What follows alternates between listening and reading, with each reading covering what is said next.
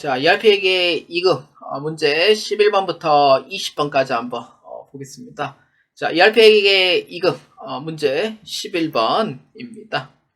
주식회사 유명 본점은 한 해 동안 수도 강렬비 계정을 가장 많이 사용한 분기가 언제인지 고르시오입니다. 자, 이 문제는 키워드가 수도 강렬비가 키워드가 아닙니다.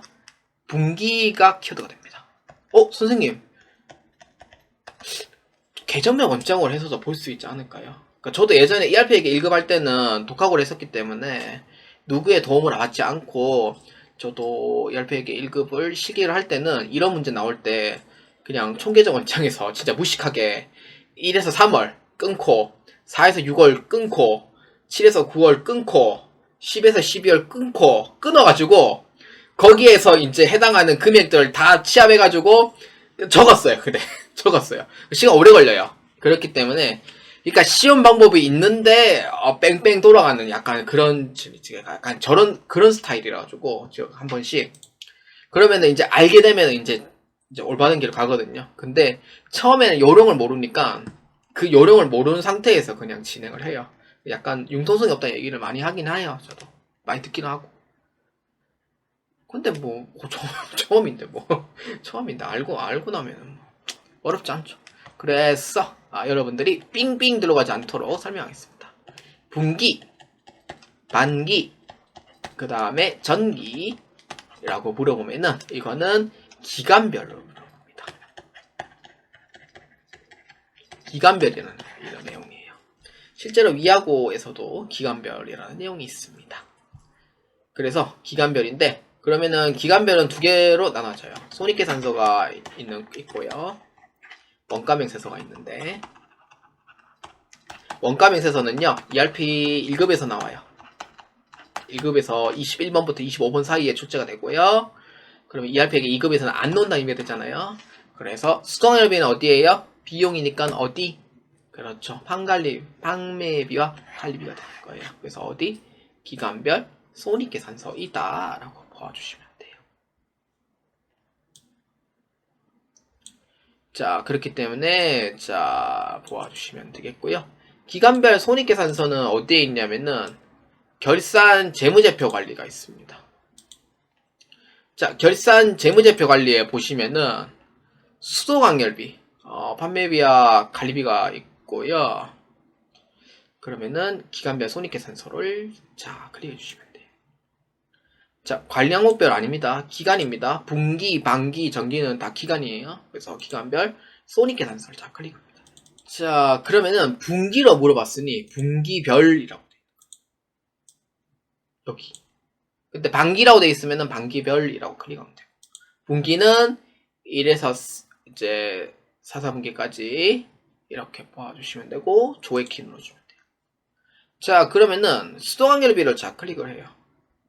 수동항렬비를 자 클릭하면은 이렇게 1, 4분기부터 4, 4분기까지 이렇게 돼요. 자, 수동항렬비 계정이 가장 많이 사용한 분기는 언제냐면은 딱 봐도 이거예요. 111만 8천원요. 그래서 정답 몇 번? 1번으로 체크해 주시면 되겠습니다. 자, ERP에게 2급 문제 12번입니다.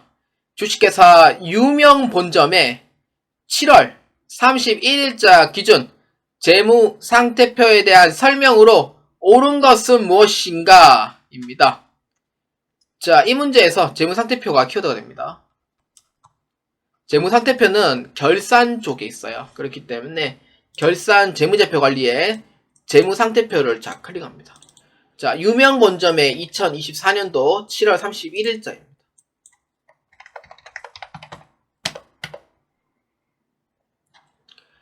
자, 그러면 설명은 옳은 것입니다. 자, 1번부터 한번 봅시다. 부채의 총합계 금액은 94억 원 800만 10만 원이다. 810만 원이다. 예, 봅시다.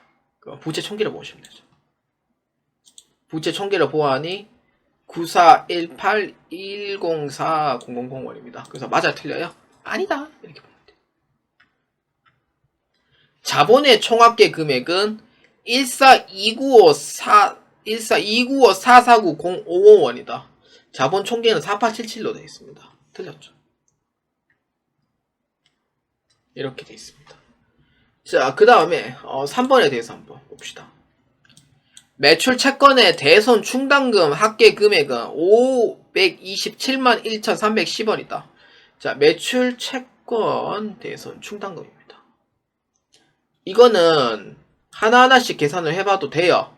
예, 하나하나씩 계산을 해봐도 그러면은 합계 금액을 이 두 개만 딱 포함 이제 계산해보면은 얼추 답이 나오긴 하는데, 여기서 묻는 문제는 그 대손 충당금에서 묻는 문제고, 매출 채권 전체 문제를 물어본다 하면은 여기서 보시면 돼요. 제가 잘못 체크한 거죠, 결론은. 대손 충당금은 여기를 자 클릭을 해서 이 두 개 금액 합치면 돼요. 그게 싫다 그러면은 제출용으로 보면 돼요. 제출용으로 보시면은 여기 매출 채권 있고 대손 충당금 있거든요. 여기서 봐도 돼요. 근데 관리용으로 해서도 봐도 이 금액 두 개 뭐 합치면 되니까 이렇게 보셔도 돼요. 맞아요? 틀려요? 맞다. 이렇게 보여주면 돼요. 3번 맞아요. 자, 그 다음 4번입니다. 현금 및 현금성 자산의 합계액은 9657500원이다. 자, 현금 및 현금성 자산은 제출용으로 해서 보시면 돼요. 원래 정석은 그렇고요. 원래 정석은. 그래서 약간 잘 못 보시는 분들을 위해서. 자, 얘기하자면은 현금 및 현금성 자산은 3개의 계정 과목으로 합쳐져 있습니다. 자, 보면은 현금, 재금 이 두 개. 정기 예적금은 그 현금 및 현금성 자산이 안 들어갑니다. 왜냐? 만기가 3개월 이내가 안 돼 있는 부분이기 때문에. 그래서 이 두 개 금액을 합치면은 현금 및 현금성 자산이 나와요. 근데 금액을 딱 봐도 이 금액이 아니죠. 96이 아니죠. 그러니까 9657500원은 그 현금 금액을 물어보는 거죠. 현금 금액도 현금성 자산 중에 하나이긴 하지만 재금도 현금성 자산 중 하나란 말이에요. 그래서 아니다 라는 의미가 돼요. 그래서 이에 해당한 정답 몇 번? 3번으로 체크해 주시면 되겠습니다. 자, ERP회계 2급 문제 13번입니다. 주식회사 유명 본점의 2024년 상반기 손익계산서에 대한 설명 중 옳지 않은 것은 입니다. 자, 손익계산서가 키워드가 됩니다. 자, 상반기죠. 그렇기 때문에 손익계산서를 자 클릭합니다. 자, 기간은 6월 말까지, 상반기니까 6월 말까지 보아주시면 돼요. 자, 보아주시면은 자, 문제 한번 봅시다. 자, 1번입니다. 단기 상품 매입액은 전기에 비해 감소하였다. 자, 단기 상품 매입액 한번 볼까요? 단기 상품 매입액을 보아하니 전기에 비해 3분의 1가량 줄었습니다. 말이 안 되는 얘기죠. 아니면은 이제 재고가 너무 많아서 적게 구입한 걸 수도 있어요. 많이 감소를 했죠. 3분의 1 감소를 했어요. 그래서 1번에 대한 얘기는 맞아요? 틀려요? 맞다는 의미가. 자, 2번입니다. 판매비와 관리비가 증가하면 단기 순이익도 증가한다. 맞아요? 틀려요? 이거는 볼 필요도 없어요, 사실. 13번은. 그렇기 때문에 옳지 않은 거는 판매비와 관리비가 증가하면 단기 순이익도 증가한다는데 이건 틀렸어요. 이 뜻은 뭐예요? 비용이 증가하면 단기 순이익 금액이 내려가요. 비용은 단기 순이익을 내려주는 능력이 있어요. 그렇기 때문에 맞아요? 틀려요? 틀렸다는 의미가 되죠. 13번에 2번은 아니다. 이렇게 보아주시면 돼요. 자, 그 다음 3번입니다. 이자 비용이 영업의 비용으로 20만원 발생했다. 자, 이자 비용이 영업의 비용으로 되어 있죠. 여기죠. 맞아요? 틀려요? 맞다. 그 다음 4번입니다. 판매 관리비 중 가장 많은 비용이 발생한 계정은 상여금이다. 판관비 중에 비용이 가장 큰 거는 상여금이 맞아요. 그럼 4번에 대한 얘기는 맞아요? 틀려요? 맞다는 의미가 이에 틀린 거 몇 번? 13번의 답은 2번으로 체크해 주시면 되겠습니다. 자, ERP회계 2급 문제 14번입니다. 자, 다음 내용을 참고하여 고정자산 등록 메뉴에 입력한 후에 비품 자산의 단기 감가상각비 금액을 조회하면 얼마였는지 고르시오입니다. 자, 이 감가상각비는요, 이걸 기간별 손익계산서에서는 안 나옵니다. 그래서 못 찾아요, 여기서는. 그래서 참고해 주시고요. 이 문제를 봤을 때 이 문제가 키워드입니다. 고정자산은요, 옛날 용어예요. 그래서 유형자산과 이제 무형자산을 고정자산이라고 불렀고, 지금은 비유동자산이라고 부르는데, ERP는 이제 옛날 용어를 그대로 좀 사용하고 있는 중이에요. 그래서, 고정자산 등록이라고 되어 있으면은, 여기, 고정자산 관리에 자, 클릭을 해주시면 됩니다. 자, 그러면은, 고정자산 등록을 자, 클릭합니다. 자, 메뉴에 자, 입력을 하라고 되어 있어요. 그렇기 때문에, 비품으로 자, 한번 입력해 보도록 합시다. 자, 하나 등록을 해주면 돼요. 자, 그러면은 자산명은 팩스기예요.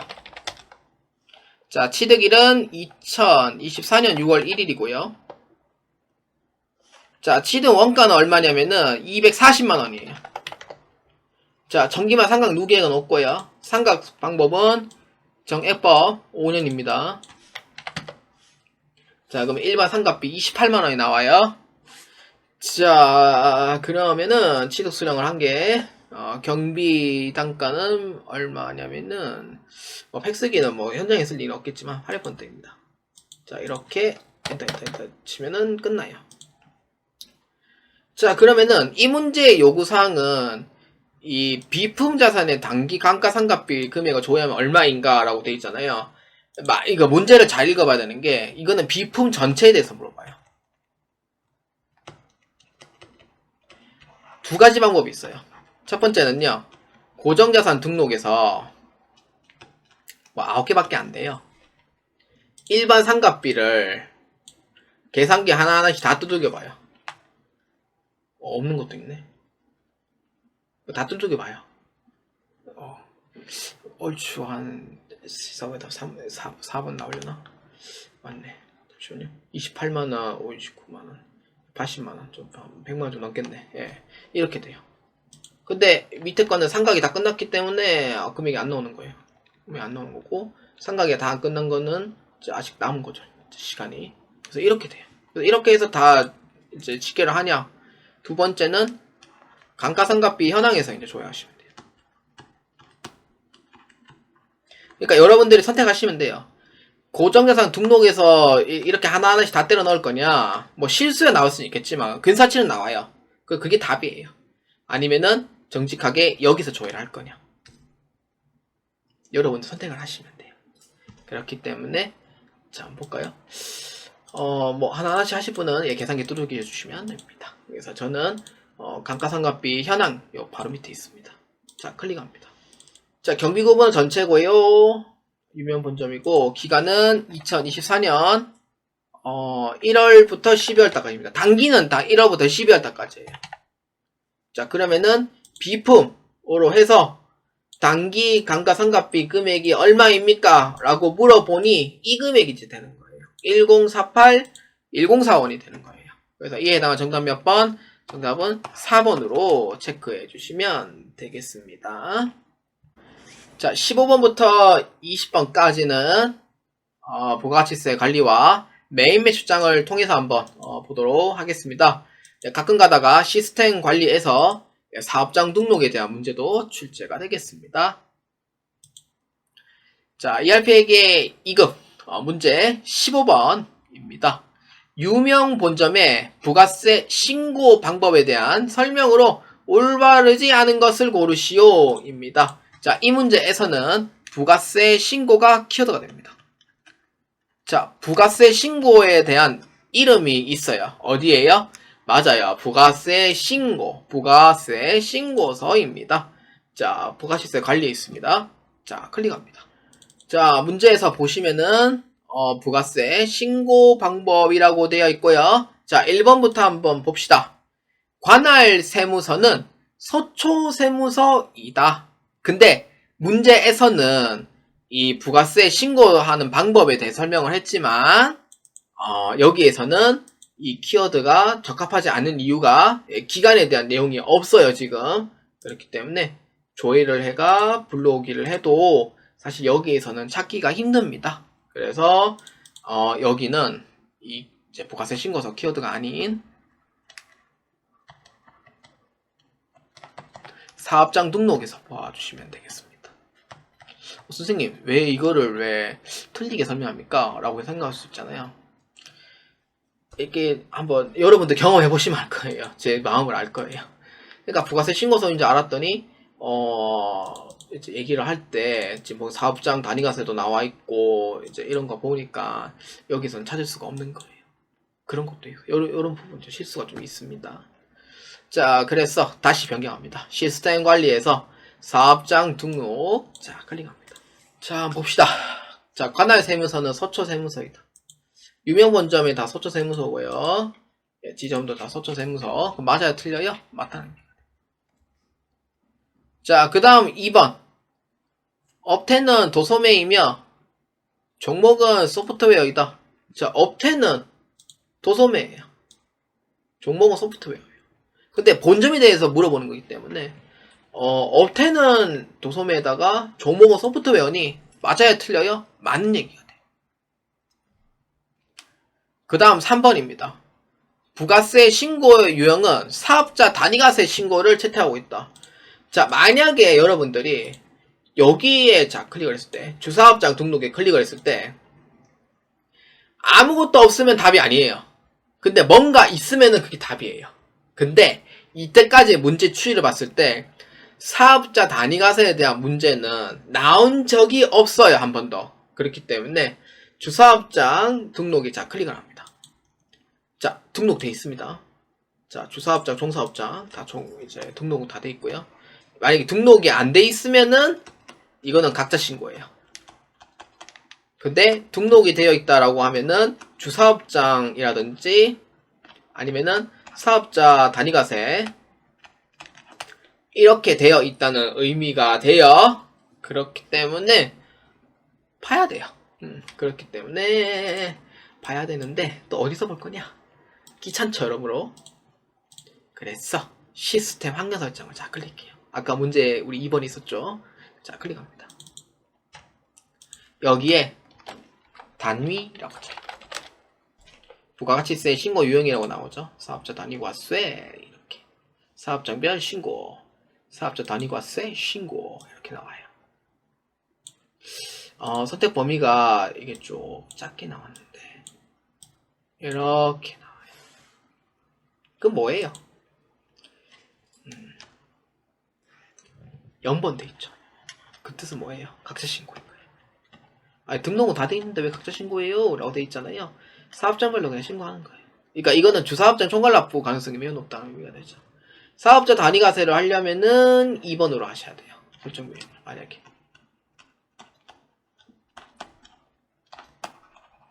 이렇게 하셔야 돼요.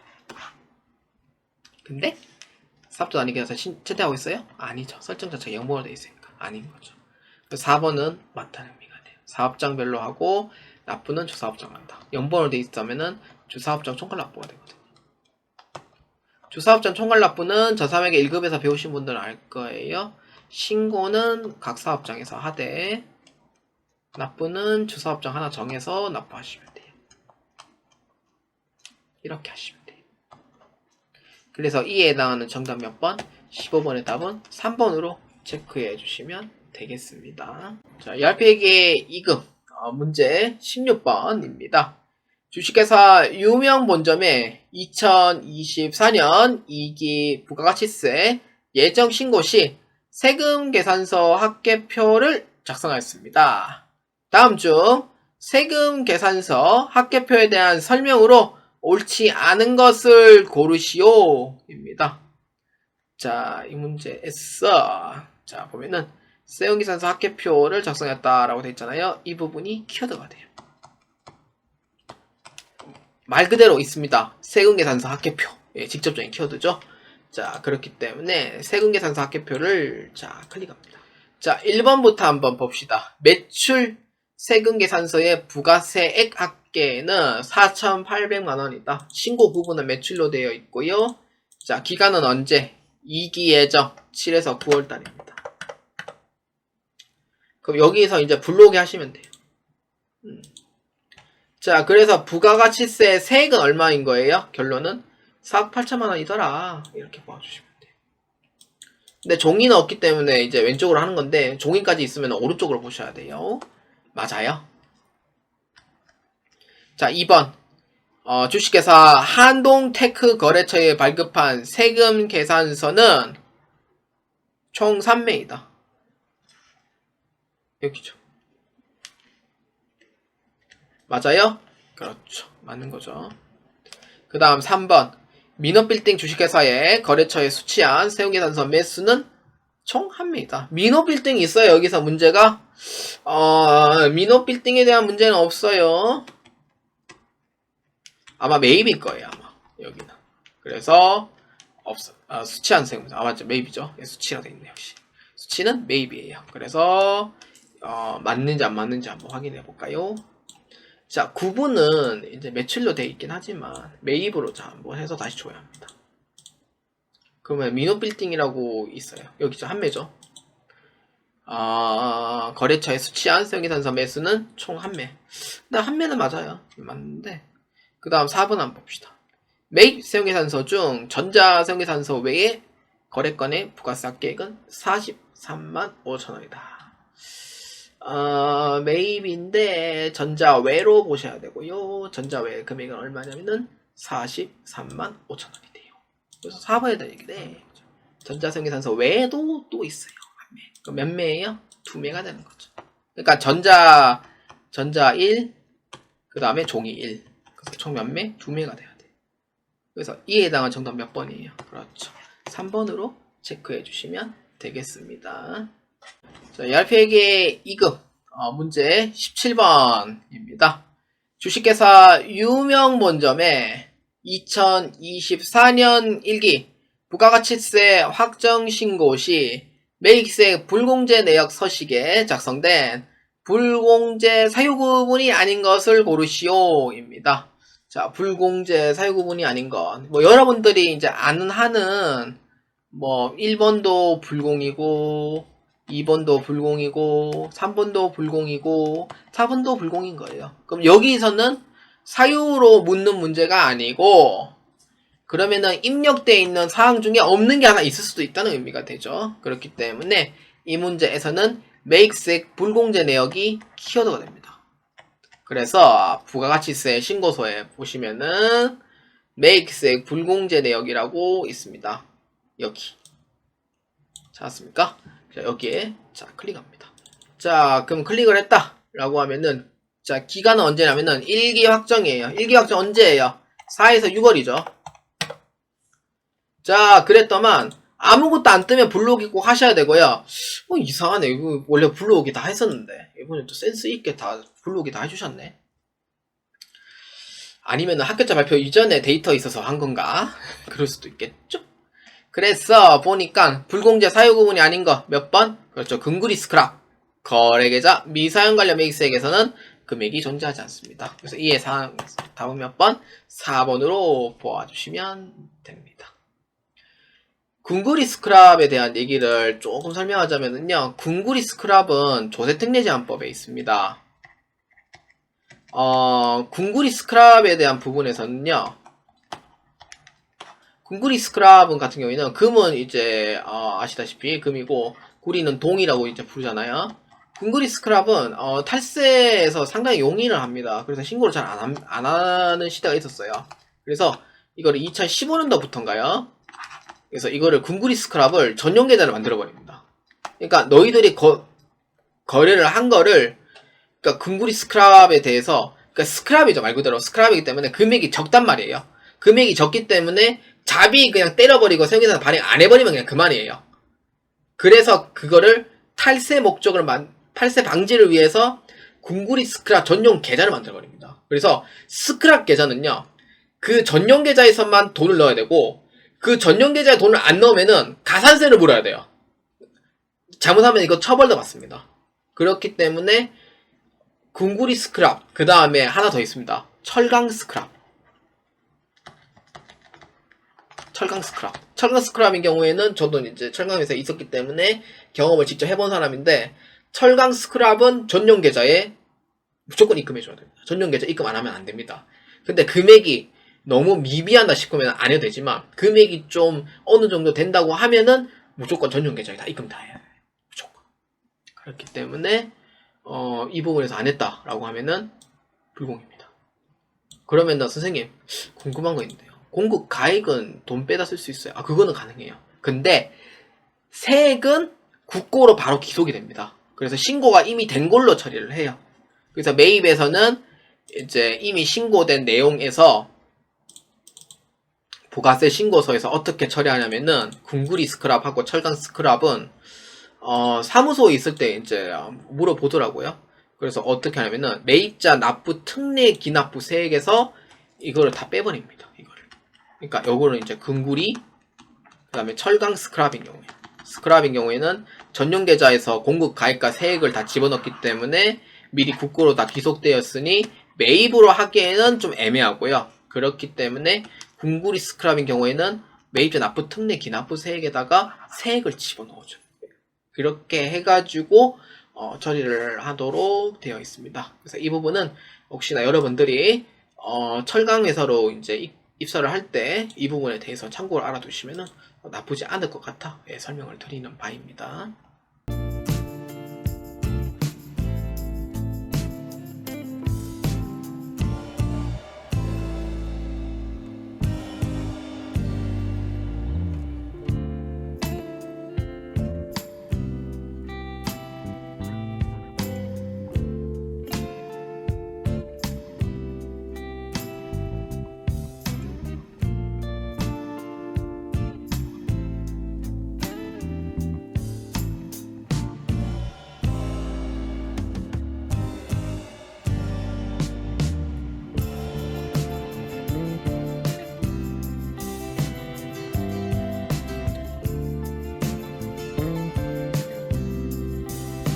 자, ERP에게 이금 문제 19번입니다.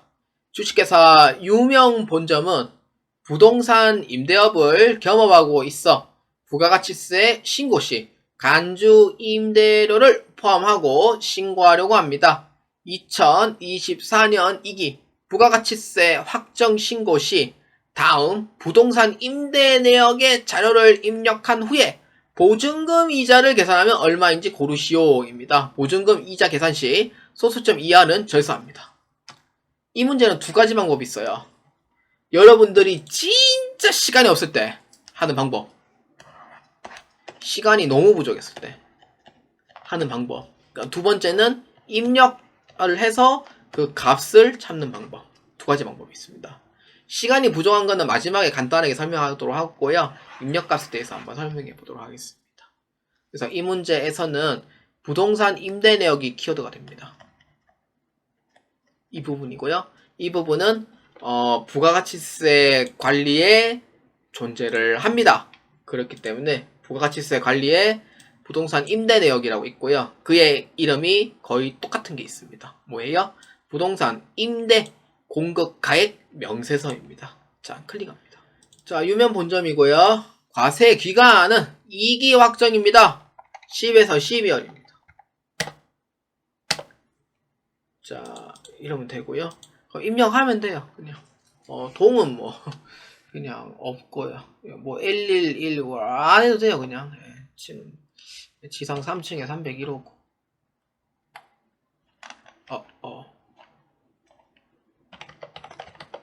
자, 상호는 어디냐면은 주식회사 중원입니다. 여기에 이제 사업자 등록번호 이렇게 치면 돼요. 뭐지? 사업자 등록번호가 F2번 검색어 나오죠. 자, 면적 200, 사무실, 그 다음에 임대 기간 2024년 10월 1일부터 9월 말, 보증금 얼마? 1억 5천. 월세 220. 이거 다 세용기산서죠. 월세는 세용기산서 반영되고 관리비는 그냥 따로 내면 돼요. 이렇게 하면 끝나요. 근데 여기에서